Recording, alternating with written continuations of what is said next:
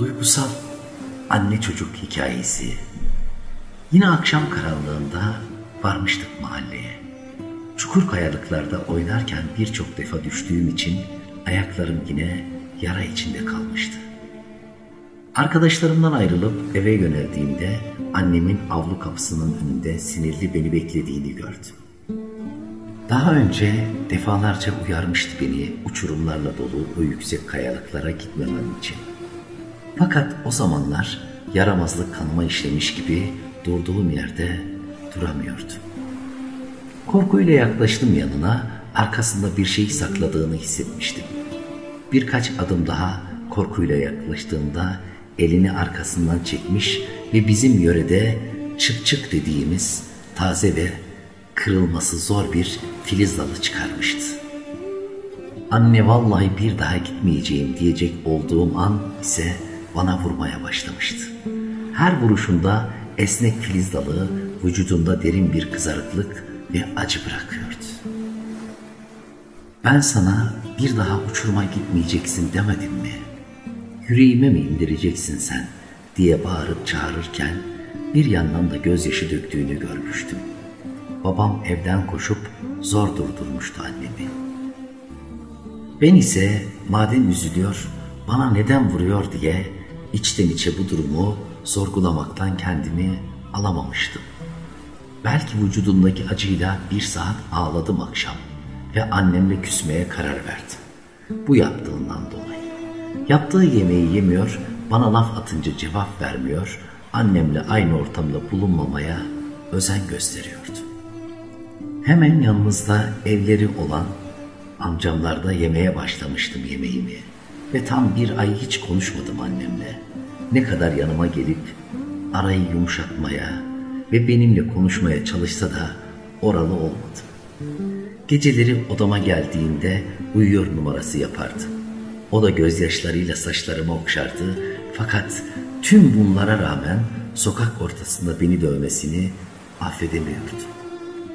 Bir yanda her gün çukur kayalıklara gitmeye devam ediyordum arkadaşlarımla. Bir gün yine oradayken aramızda bir yarış düzenlemiştik. Kayaların en zirvesine kim çıkarsa yarışı o kazanacaktı. Dizlerimiz yara içinde kalmıştı daha ilk metrelerde. Elimden geleni yapıp en zirveye çıkmıştım dakikalar içinde. Yarışı kazanmıştım. Fakat tam aşağıya ineceğim sırada merdiven olarak kullandığım taşlardan biri bir anda ayağımın altından kayınca küçük bir kaya parçasına zor tutunabilmiştim. Fakat ellerim yorulmaya başlamıştı biraz sonra ve ne yapsam oradan bir türlü kurtulamıyordum. Arkadaşlarıma hemen köye gidip babamı çağırmalarını söyledim. Fakat hasat zamanı olduğu için evde bir tek annem varmış o gün ve olayı duyunca korkudan yüzü bembeyaz hale gelmişti. Çukur kayalıklara ve bulunduğum noktaya kadar gelip beni kurtardı. Biraz aşağıda basabileceğim başka bir taşa erişmeyi sağladı ve ben aşağıya inip annemi beklemeye başladım. Fakat yükseklik korkusu olduğu için başı dönmeye başlamıştı ve o anda bir anda tutunduğu yerden ellerini bırakmış ve uçuruma yuvarlanmıştı. Korkudan ne yapacağımı bilemiyor ve sürekli ağlıyordum annemi uçurumun dibinde kanlar içinde gördüğüm için. Babama biri haber vermiş olacak ki koşarak gelmişti dakikalar sonra.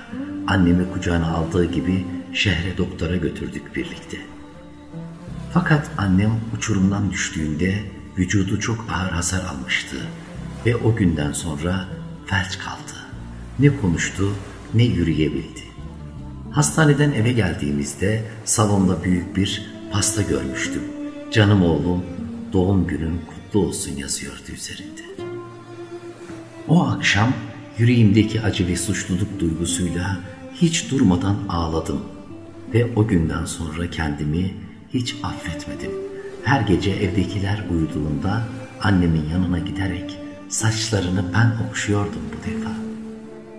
Gülüşünü, benimle konuşmanı o kadar özledim ki anneciğim derken hıçkırıklara boğuluyordum. Annemin o gün neden beni dövdüğünü şimdi çok iyi anlamıştım.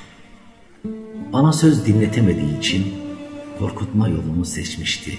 Bana bir şey olacak korkusuyla gözyaşı dökmüştü vururken de. Anneler evlatları için gözlerini kırpmadan canlarını verebilirler. Hadi şimdi hayattayken, uzaktaysa arayalım. Yanımızdalarsa ellerini öpüp ne kadar sevdiğimizi söyleyelim onlara. Annelerimizin kıymetini bilmek duasıyla. Saygılar, sevgiler, hürmetler ederim. Ben Ömer Hançeri.